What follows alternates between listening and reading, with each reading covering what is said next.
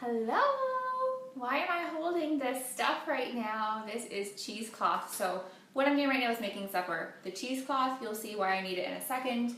I wanted to have pizza really bad tonight, and I didn't want to have all the guilt from eating like a delivery pizza when I have been sticking to a meal plan all week and, well, other than like a little bit of cheats here and there, right? But when you're cooking, I feel like you need to have some kind of a drink. And if I were to order a pizza and wait 40 minutes, I probably would drink more than if I was actually cooking and drinking while I cook, right? I'm just going to justify that. But yeah, the cheesecloth is going to be for the pizza crust that I'm making, which is cauliflower crust, pizza crust, whatever you want to call it. I have the recipe right in front of me. This is a different one from what I normally have. So normally what I do is put the cauliflower florets into the 10-cup food processor, blend it until it's like a rice. Which you can actually buy cauliflower rice now apparently. I didn't even realize, but I just throw it in the food processor because it's quick and easy. And then what you need to do is actually cook the cauliflower. You can put it into a microwave safe dish, baking dish, put it in the microwave and cook it that way. You can bake it in the oven and bake it that way. The way I just did it now is I put it on the stove top, make sure it's not too hot. In a big pot like this, and I put 1 inch of water in the bottom of the pot. Then I added 2 pounds of the cauliflower into the pot and let it boil for about 4 or 5 minutes, and now I'm going to strain it with that cloth. I haven't used a food like weight scale or a kitchen scale, oh my god, in years, because I used to weigh my food at one point, like the grams and stuff like that, and really keep track, and now I'm like, hell no, I've done over for that, no, not doing that. So I weighed that out. It was 2 pounds and 7 ounces was my full cauliflower head, okay? If you want to get an idea of what that is. So I did take out 7 ounces and put it into a container so I can have that as rice probably tomorrow or the next day. Can you put the florets in the Ninja? I don't see why not, but I don't think that it's going to actually give you the consistency that you want when it comes to that rice texture evenly. So with my big food processor, I actually only put in enough to cover the blade, and I pulse it, and then I put it out and I put new florets in and pulse it. So that way it's an even way of doing it.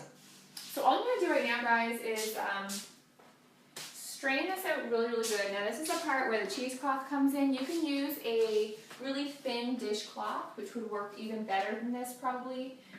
But this is all I have on hand because Norwex is not going to strain my cauliflower. So, I'm going to get my spatula over here, and I have the oven preheated to 400 degrees, because that's what I'm going to actually bake my crust on first. And if you're wondering, yes, you actually bake your crust before you put your toppings on, okay? That's a big, huge, important part. So, if you are eating something that's low carb, or you just want to have gluten-free, wheat-free pizza crust, or maybe you've already eaten, your portions of carbs for that day, this is a really, really good way to do that. Now this is going to be really freaking hot. I'm just wringing it out and squeezing all the water out of it.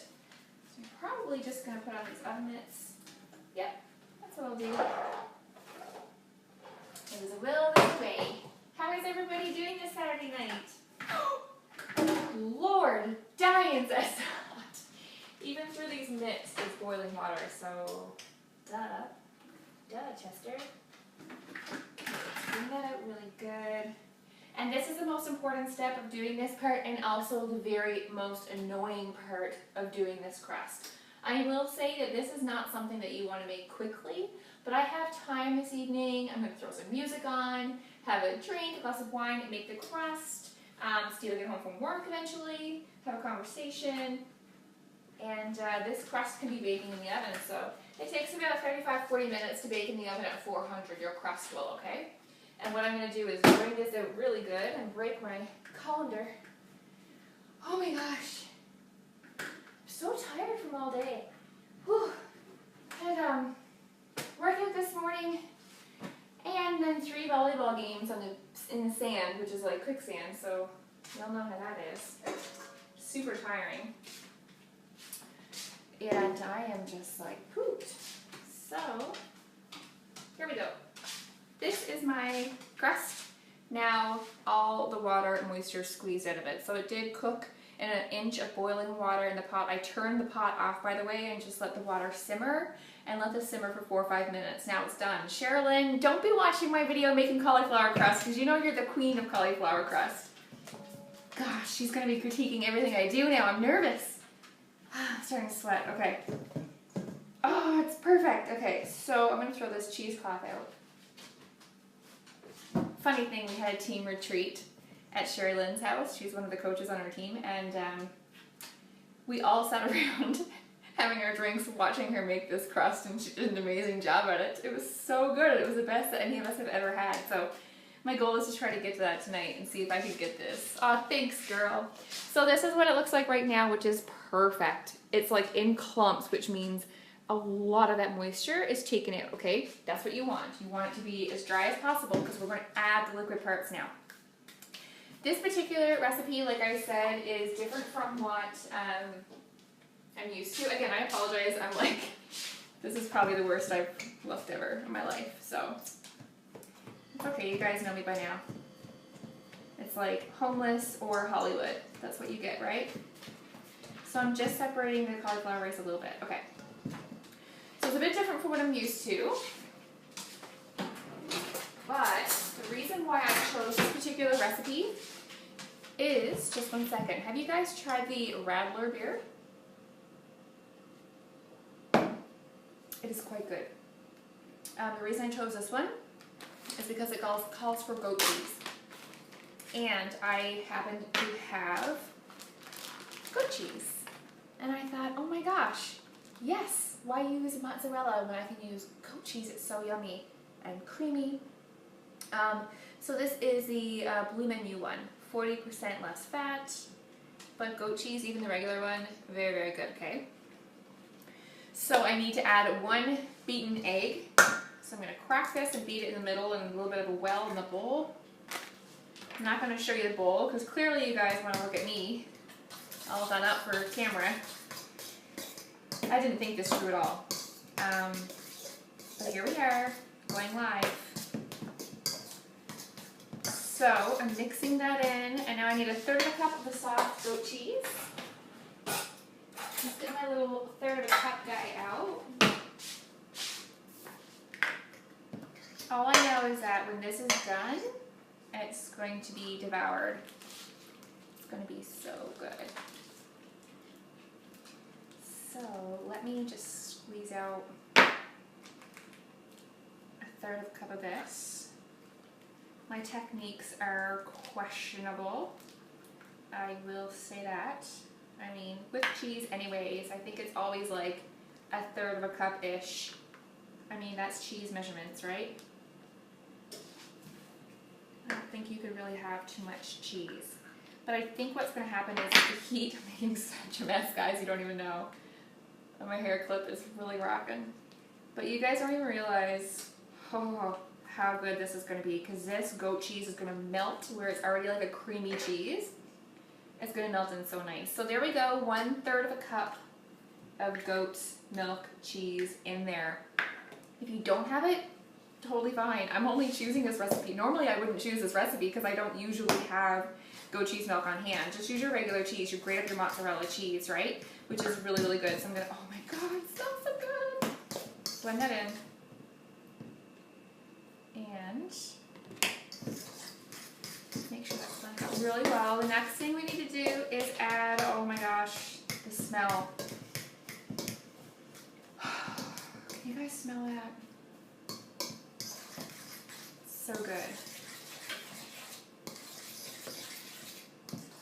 How many of you guys have attempted to make cauliflower crust and it was a fail? How many? Give me some thumbs up. If you attempted it and you were like, nope, screw this, way too much work, tastes like crap, fell apart, didn't stick together. Because guys, I've had all those experiences. I've had it happen where it tasted good, but it fell apart. I've had it where it tasted like shit, but it kept together. I've kind of tried this many times, and I still honestly, truly feel like it just takes way too much freaking time to make this. But when I do have time, I love making it. So, It's like therapy, you know? Cooking when you have time and you have no distractions and the dogs are fed and they're quiet, sleeping. It's like heaven. Next is oregano, dried oregano, okay? So we need to have 1 teaspoon. 1 teaspoon, which is how much? I mean, about that. That looks neat, that. Oh yeah, it's starting to smell really good. I kind of feel like I want to add a little bit more. That smells really good. Really, really good. I feel like, actually, you know what I want to add? I know what I want to add. I want to add, oh my gosh, what's it called? You guys know what it's called. Garlic stuff. But where is it? Oh, shoot. I wanted to add like garlic plus type of a thing, which I do have here somewhere. And I don't see it anywhere, so no. Not happening. Not today. Wasn't meant to be. Alright, that's fine. Fair enough. Pinch of salt, which I don't have any left, any Himalayan sea salt. So we'll pretend that's in there. And that's it. So now what I need to do is actually make this into my pizza crust. So here is the important part of doing the crust. You need to have parchment paper, not wax paper. There is a difference. Apparently, I learned that the hard way years ago. So I'm going to take out some parchment paper.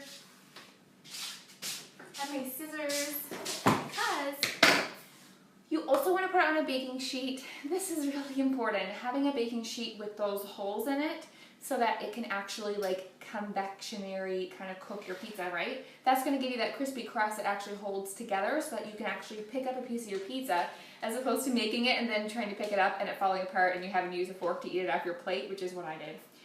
So I just have this little mesh one that we usually use for like sweet potato fries and stuff so that they get crispy. I'm going to use this, and then what I'm going to do is cut this parchment paper to be approximately the size of that square, okay? I'm just going to pull it over like that. Really little cut through. That's done. And then I'll put it this way and trim it off a little bit. Leave a little bit of the edge because it's going to help you pick it off of it. So there we go. So now I have my parchment paper cut to the same shape of my thing. This is from the dollar store. I think it was Dollarama. That's it. I am going to give it a little bit of a spray with the olive oil stuff. But I don't think you need to. Let me double check the recipe because, I mean, this person is the expert. Clearly not me. Let's see. You just need to use parchment paper and it shouldn't stick. That's it. But I don't trust anybody. So I'm going to spray that just to make sure. And that's it. So now we just need to put that on. Okay, so here I am.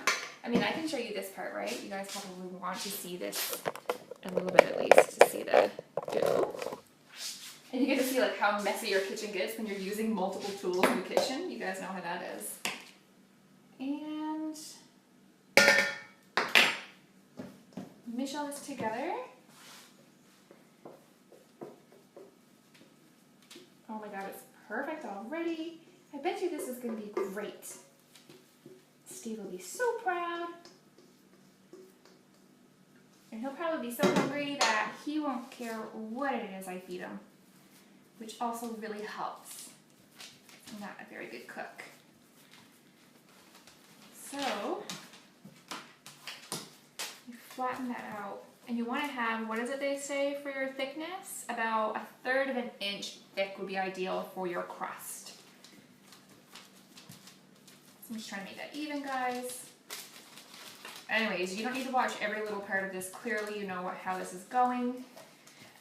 So make sure your dough is even. That's key. Get some of that moisture out. That's also very key. Having the convectionary kind of a tray or the metal pizza crust pan underneath the parchment paper is very key. Hopefully having salt in it isn't key because I didn't do that part. And just gonna flatten it a little bit more. But other than that, that's pretty much it, guys. I'm gonna fire this into my preheated 400-degree oven and make this. This is just so much fun, honestly. I'm just playing with it now because it feels cool. That's it. 35-40 minutes, and then when it comes out, it's gonna be all done. Then I can add my toppings, add my pizza sauce, add my cheese. We're going to put on some ground turkey, which I'm going to cook up next, and have some ground turkey, grated marbled cheese, just regular cheese on top. That's pretty much it. Some peppers. I'll chop up some finely chopped up peppers as well. I don't want to put too many ingredients on it because it's going to make it heavy, weigh it down, and make it more difficult to pick up, and also probably add moisture to it depending on your ingredients. That's it. So nice. Sticky hands. Hopefully you got something out of this. And let me know if you guys have tried this before, if you're going to make it. If you just think it's way too time consuming and not worth the effort, I feel you. I totally understand where you're coming from. I usually do not do this, but where it is a weekend and it's chill time, that's it. That's what's happening. So, thanks guys for watching, and I apologize for not getting done up for you, but that is just it. So hopefully you have a great night, a great weekend, and we'll see you next time.